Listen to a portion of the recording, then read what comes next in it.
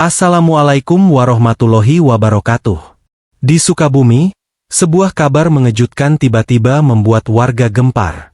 Seorang pedagang sate yang selama ini dikenal ramah ternyata menyimpan rahasia yang mengerikan. Polisi menemukan 43 tengkorak manusia di gudang rumahnya, memunculkan dugaan bahwa sate yang dijualnya selama ini bukan berasal dari daging biasa. Kota kecil itu langsung dipenuhi rasa takut dan penasaran. Bagaimana mungkin semua ini terjadi tanpa disadari siapapun? Sholawat dan salam semoga tercurah kepada Nabi Muhammad SAW. Sebelum menyimak kisah ini, mari kita bersholawat sejenak, semoga hati kita diberi ketenangan dan hidayah oleh Allah. Pagi itu, kota Sukabumi yang biasanya tenang mendadak berubah menjadi penuh kegelisahan. Berita mengejutkan menyebar begitu cepat, dari pesan berantai di ponsel warga, dari siaran radio lokal, hingga dari obrolan di warung kopi pinggir jalan. Orang-orang membicarakan hal yang sama dengan wajah pucat dan suara berbisik. Polisi menemukan puluhan tengkorak manusia di rumah seorang pedagang sate. Bukan hanya satu atau dua, melainkan 43 tengkorak. Angka itu membuat siapapun yang mendengarnya merinding. Tidak butuh waktu lama sebelum berita tersebut menjadi topik utama di seluruh kota. Orang-orang berhenti bekerja sejenak hanya untuk membicarakan kejadian itu. Sebagian tidak percaya, sebagian lagi takut, dan yang lainnya hanya bisa terdiam membayangkan betapa mengerikannya kejadian tersebut. Awalnya berita itu terdengar seperti cerita yang dilebih-lebihkan. Banyak warga mengira itu hanya rumor yang biasa muncul di media sosial. Namun ketika mobil polisi, garis pembatas berwarna kuning, dan puluhan wartawan benar-benar terlihat di depan sebuah rumah sederhana di pinggiran kota, semua orang mulai menyadari bahwa ini bukan sekadar kabar angin. Rumah itu tampak biasa saja. Cat temboknya mulai pudar, halaman depannya kecil, dan di samping rumah terdapat gudang tua yang jarang diperhatikan orang. Selama bertahun-tahun, rumah itu hanyalah salah satu dari banyak rumah di lingkungan tersebut. Tidak ada yang menyangka bahwa di balik tembok yang sederhana itu tersembunyi rahasia yang begitu gelap. Dalam waktu singkat, jalan kecil di depan rumah itu dipenuhi oleh warga yang penasaran. Mereka berdiri di balik garis polisi, berusaha melihat apa yang sedang terjadi. Beberapa orang menutup hidung karena aroma tidak sedap yang sesekali terbawa angin dari arah belakang rumah. Wartawan sibuk menyiapkan kamera dan mikrofon, melaporkan setiap perkembangan yang terjadi. Lampu kamera berkedip-kedip, suara bisikan warga bercampur dengan perintah para petugas yang berusaha menjaga ketertiban. Semua orang ingin tahu satu hal, siapa pemilik rumah itu dan bagaimana puluhan tengkorak manusia bisa berada di sana. Ketika polisi akhirnya memberikan keterangan awal kepada wartawan, suasana semakin tegang. Seorang perwira polisi menjelaskan bahwa tengkorak-tengkorak itu ditemukan di dalam gudang belakang rumah. Gudang tersebut terkunci rapat dan dipenuhi karung-karung besar yang awalnya diduga berisi barang bekas. Namun setelah diperiksa, isi karung-karung itu membuat para petugas terdiam.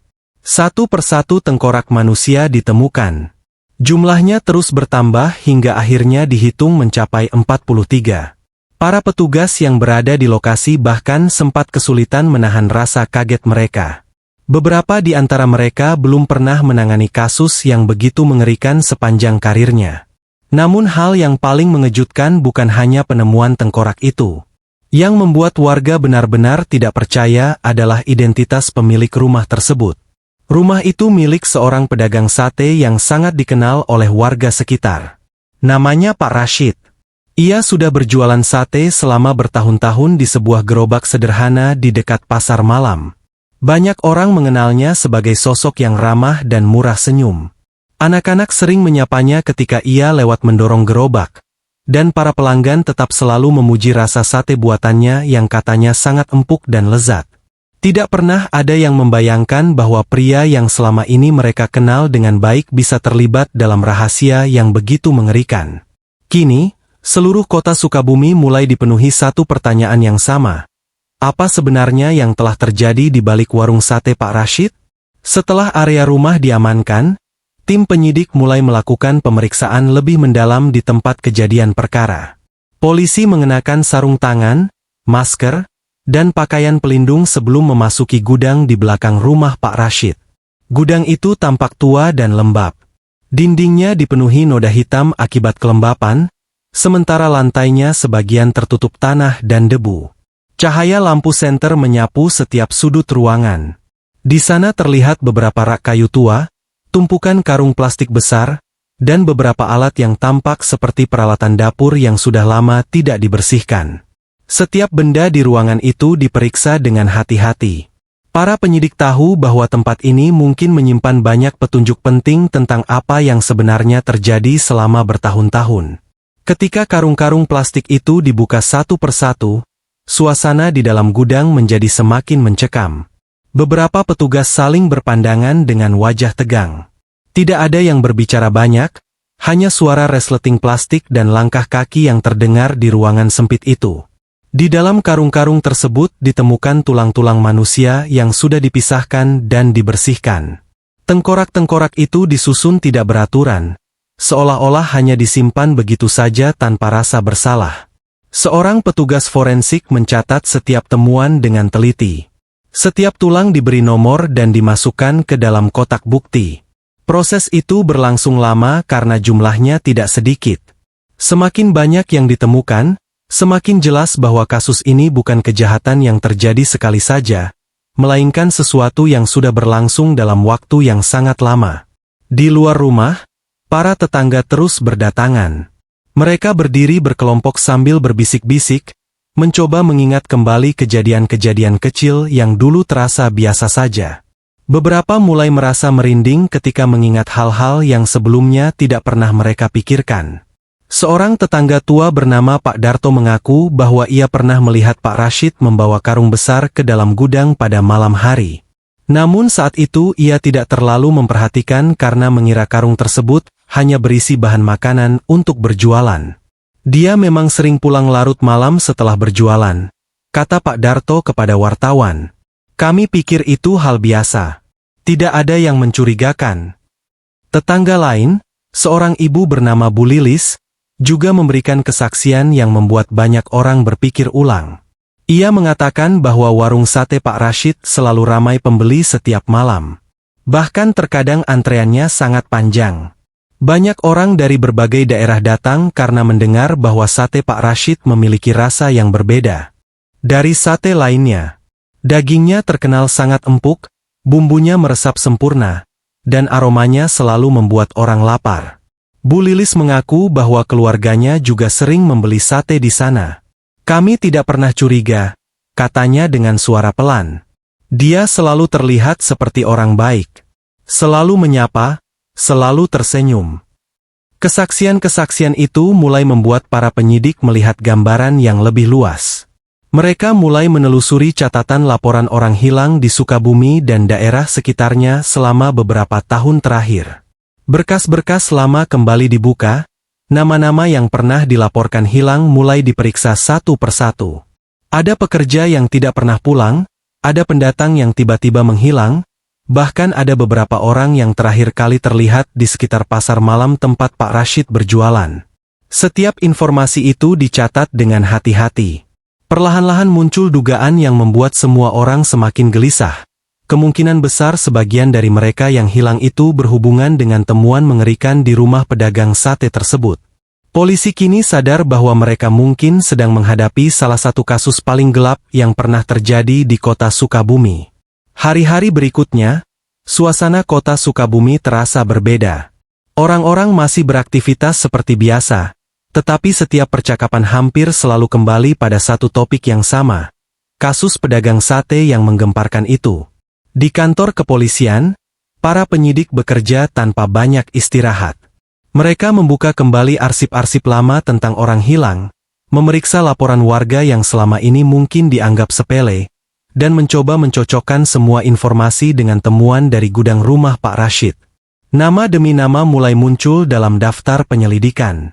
Ada yang dilaporkan hilang 5 tahun lalu, ada yang 3 tahun lalu, bahkan ada yang baru beberapa bulan menghilang tanpa jejak.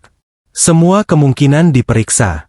Setiap petunjuk sekecil apapun menjadi sangat penting dalam kasus yang begitu besar ini. Sementara itu, Tim forensik bekerja dengan sangat hati-hati memeriksa tulang-tulang yang ditemukan. Setiap tengkorak diberi kode dan dicatat dalam laporan resmi.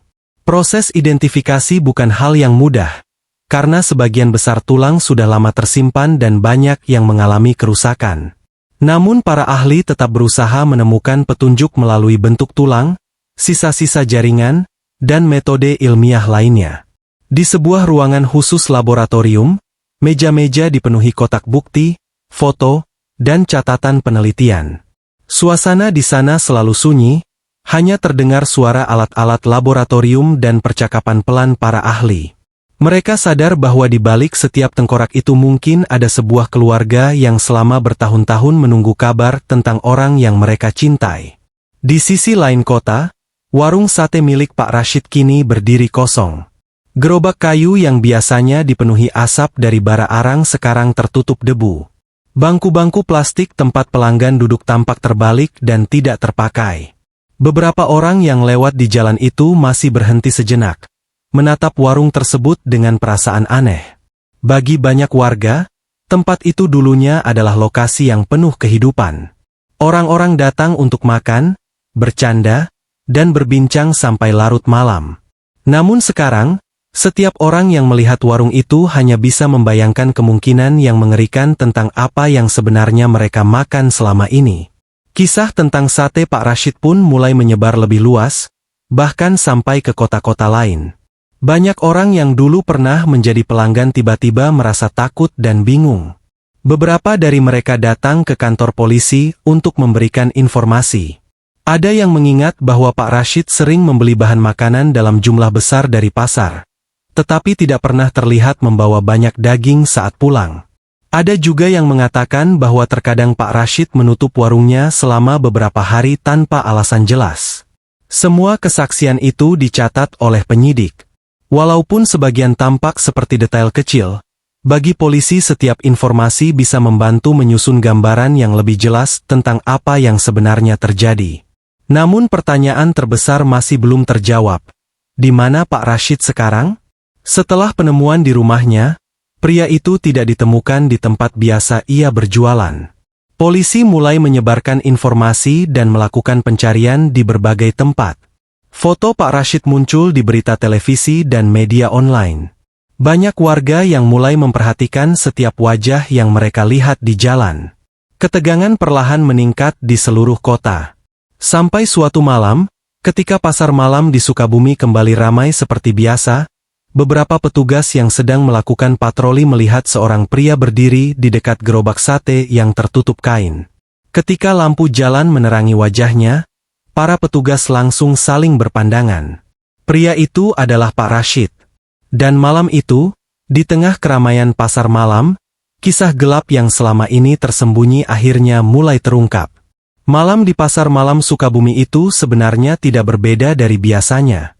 Lampu-lampu warna-warni menggantung di sepanjang jalan, suara musik dari wahana permainan terdengar bercampur dengan tawa anak-anak dan pedagang yang menawarkan dagangannya. Aroma berbagai makanan memenuhi udara, gorengan panas, jagung bakar, dan sate yang biasanya menjadi salah satu hidangan favorit pengunjung. Namun malam itu, suasana berubah dalam hitungan detik ketika beberapa petugas polisi yang sedang berpatroli melihat seorang pria berdiri di dekat gerobak sate yang tertutup kain.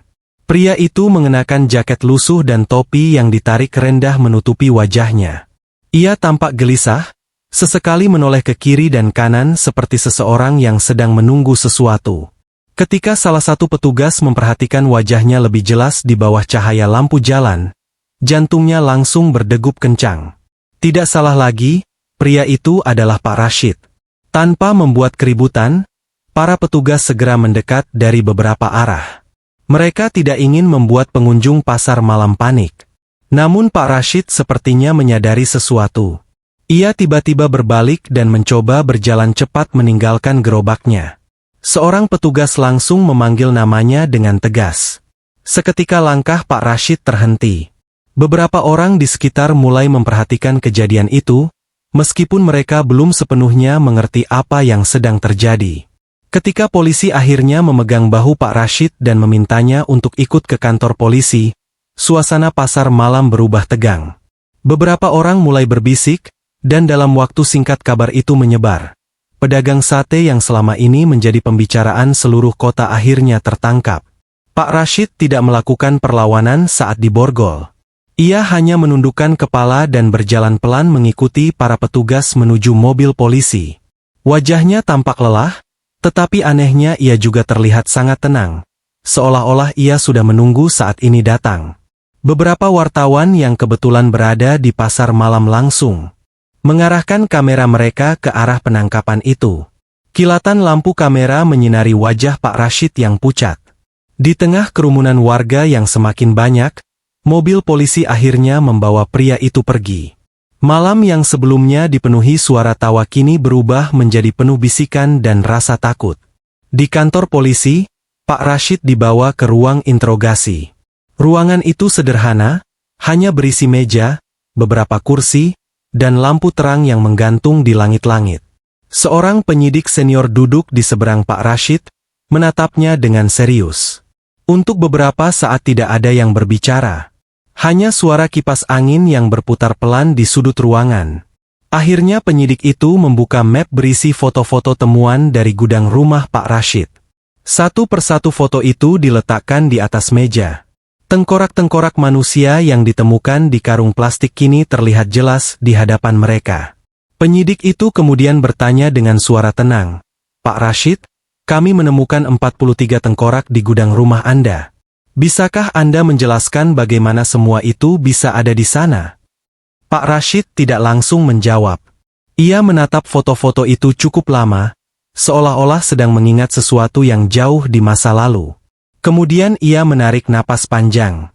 Ketika akhirnya berbicara, suaranya terdengar pelan tetapi jelas. Ia mengakui bahwa semua tengkorak itu memang berasal dari orang-orang yang pernah menjadi korban pembunuhan. Pengakuan itu membuat para penyidik saling berpandangan.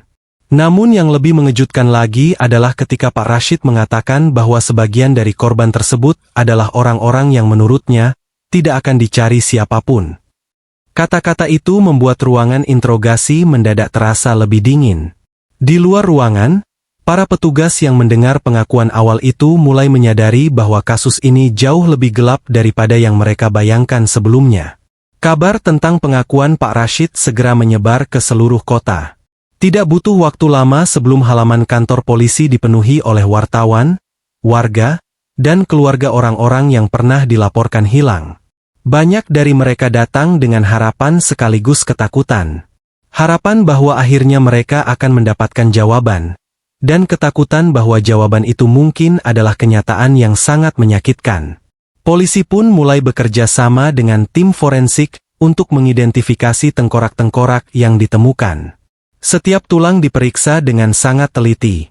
Prosesnya panjang dan membutuhkan kesabaran, karena beberapa tengkorak sudah sangat lama tersimpan dan sulit dikenali. Namun bagi para keluarga korban, setiap hari menunggu terasa seperti tahun yang sangat panjang. Sementara itu, penyelidikan terhadap Pak Rashid terus berlangsung. Para penyidik berusaha memahami bagaimana seorang pedagang sate yang tampak biasa bisa melakukan kejahatan yang begitu besar selama bertahun-tahun tanpa diketahui siapapun. Dalam beberapa kesempatan interogasi, Pak Rashid menjawab pertanyaan dengan suara datar. Ia tidak berusaha membela diri, tetapi juga tidak menunjukkan penyesalan yang jelas. Sikapnya yang tenang justru membuat banyak orang merasa semakin tidak nyaman. Beberapa penyidik bahkan mengaku bahwa berbicara dengan Pak Rashid terasa seperti berbicara dengan seseorang yang sudah lama hidup dengan rahasia gelapnya sendiri. Namun di luar kantor polisi, tekanan dari masyarakat semakin besar.